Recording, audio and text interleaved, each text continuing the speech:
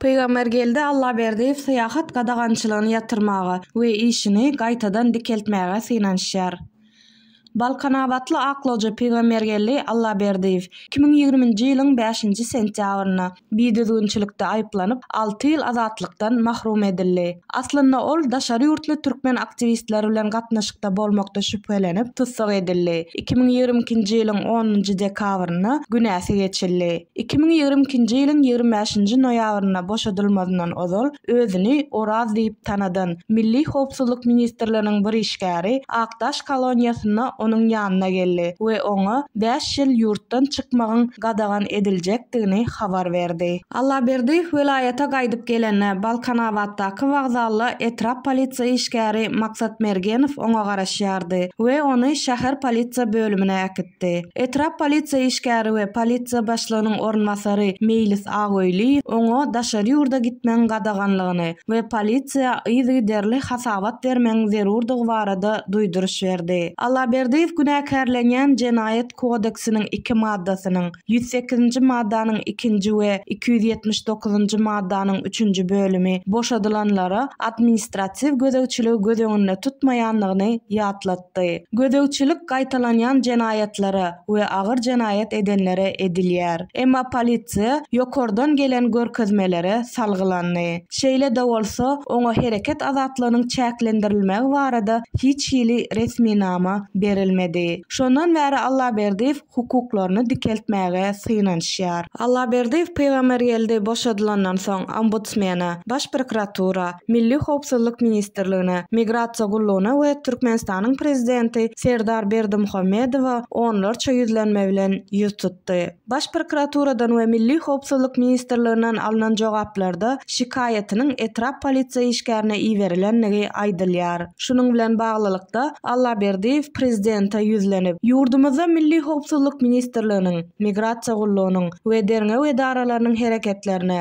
yerli polisiýa işgäriniň jogapkär bolmagy hakykatdan mümkinmi diýip sorady. Beýleki haýyşlara hiç ýyly jogap gelmänligi sebäpli baş poçta bölümine şeýle hat ýazdy. 17-nji maýda prezidenti 20-nji iýulda bolsa ombudsmana hat berdi we bu hatlaryň salgylary ýetip ýetmänligini sorady. Bir näçe ýatlatmadan soň 29 awgustda baş poçta bölümünden texniki näsazlyklar sebäpli hatlar salgysyna ýetip bilmedi we hyzmatlar üçin төлenen pul iýerje gaýtarylýar diýip jogap berildi. 14 awgustda Allah berdi bu gezek ombudsmana we Türkmenistanyň prezidentine telegrammalar iýerdi. Ombudsmana telegramma goşurylanlygy barada habar aldy. Prezident administrasiýasyndan henizem habary ýok. Şol gün aýaly hem prezidente hat berdi. 24 awgustda Allah berdi ýene de ombudsmana telegramma berdi we bu ýerde ähli oňaýsızlyklary beýan etdi we ýagdaýa